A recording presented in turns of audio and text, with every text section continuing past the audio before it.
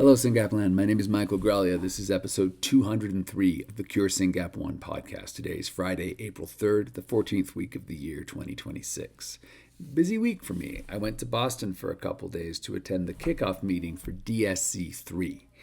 DSC is the Developmental and Synaptopathies Consortium and is a part of the Rare Disease Research Clinical Network, the RDCRN. Clinical Research Network, I said that backwards. Anyway, which is funded by NCATS, which is part of NIH. And it's a very important effort that has been afoot for 10 years and has been renewed for 5 more years, and we've come into it. I talked a lot about this when our inclusion was announced back in episode 184, links in the show notes.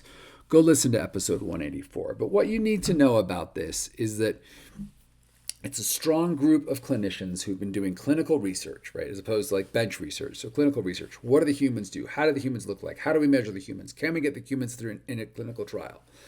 And this was done with 3 diseases: P10, SHANK3, also known as Phelan-McDermott syndrome, and TSC, tubers. I'm not going to get into it.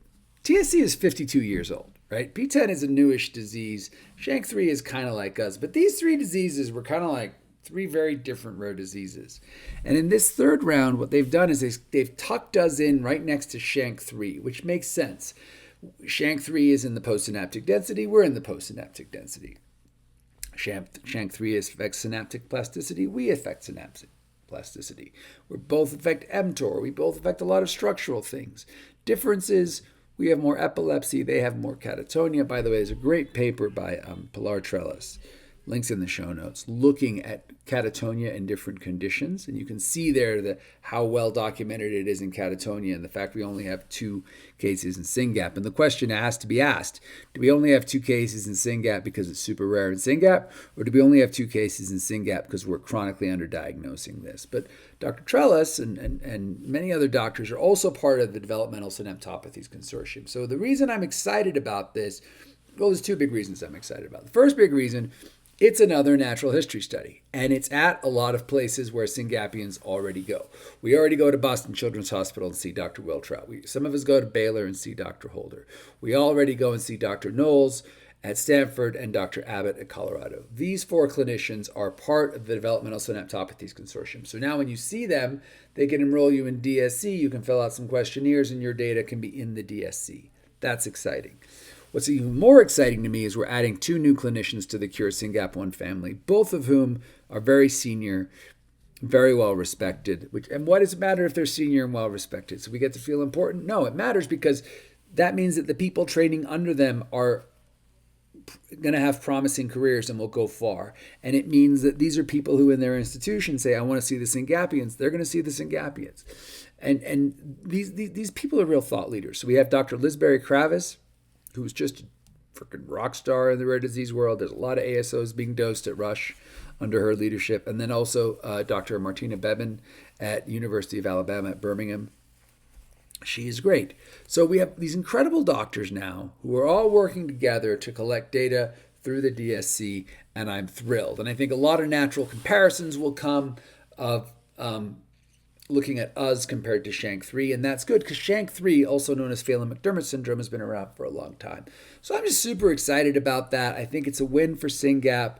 In a few months, after IRBs and contracts and all the minutiae is sorted out, these sites will start recruiting. We will start calling you if you're near these sites and urge you to go.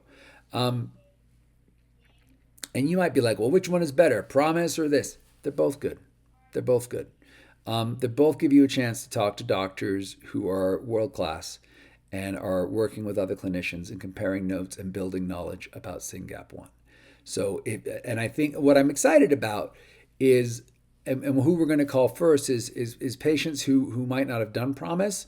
Maybe you just didn't want to do it. Maybe you've just got a kid where you can't imagine getting on a plane. And now if you're near Alabama or if you're near Chicago for Rush or if you're near any of these other sites, maybe you can go and see people under the DSC, and we can get more data on kids that we haven't included in ProMMiS. So that just felt like a win. Go listen to 184. I explain in there how we've been working on getting into this for years.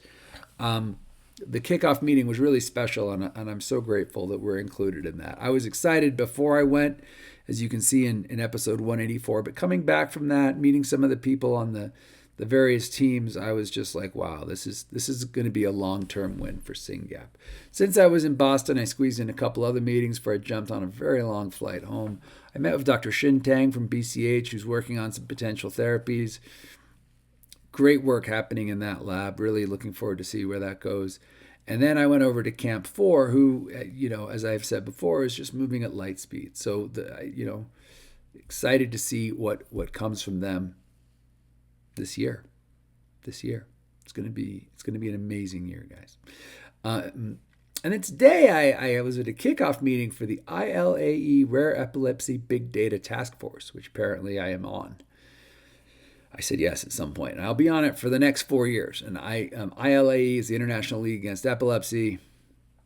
It's a global epilepsy organization, a lot of important clinicians. And I think the fact we have a task force on big data is actually a real win.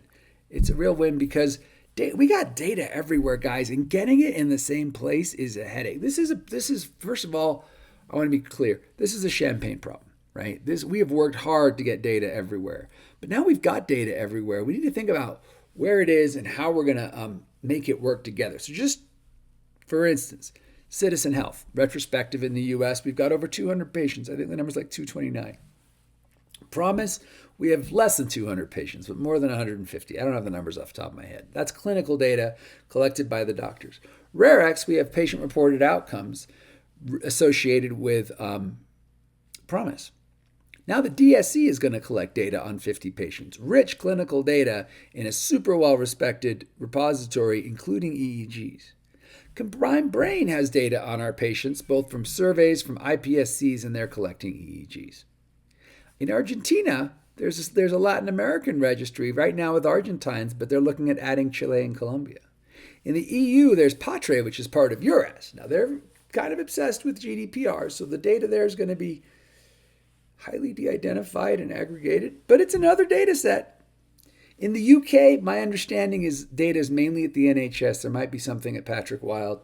I'm not sure. I'm still figuring that out.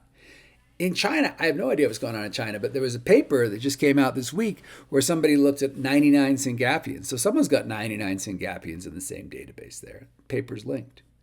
I don't even know who I've missed. If I've missed someone who belongs on that list, tell me. But that is 1, 2, 3, 4, 5, 6, 7, 8, 9 different sources of data on SYNGAPians around the world. Oh, we should get those all together and study them. Yeah, you're dreaming. The de-identification, the data sharing, this stuff gets incredibly complex. And it's another reason why we are so lucky to have Cure SYNGAP1 and other effective patient advocacy groups working together and engaging with researchers and saying, hey, let's make all this data work together for the benefit of the patients. It's a really big deal, and it's something we're going to have to keep working on. And that's kind of where I'm going to just make my regular plea for volunteers. Just keeping track of all those data sets and understanding how we're going to aggregate them or make them work together or leverage each other is a project. Each of those individual data sets, Citizen, ProMMiS, DSC, Combined Brain, Argentina, etc., is also a project. Hey, what's going on? How many data do you have? How can we help? Do you need more help recruiting? Have you thought about sharing this or working with so-and-so on such and such? Those are all projects that need doing. So it's kind of like, how do I not take this call? It's kind of a great opportunity for you to raise your hand and say, hey, Cure SYNGAP1 sounds really busy.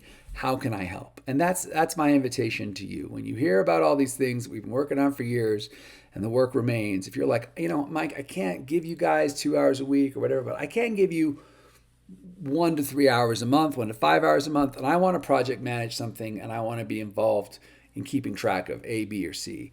You're welcome. Please call us. Please let us know. We need help keeping track of all these things, especially if you have a fondness for data. I'm going to wrap up by reminding you, Sprint for SYNGAP is in 21 days. We've already raised $130,000. Great job. Night of Impact here in San Francisco is in 55 days. Scramble for SYNGAP is in 183 days. PubMed is at 22, pretty good compared to us being in week 14. Social media, LinkedIn's at 4,822. Make sure you're following us. Tell your friends. And Camp 4 closed at 447. Thank you very much for being a part of Cure SYNGAP1. Stay in touch. See you soon.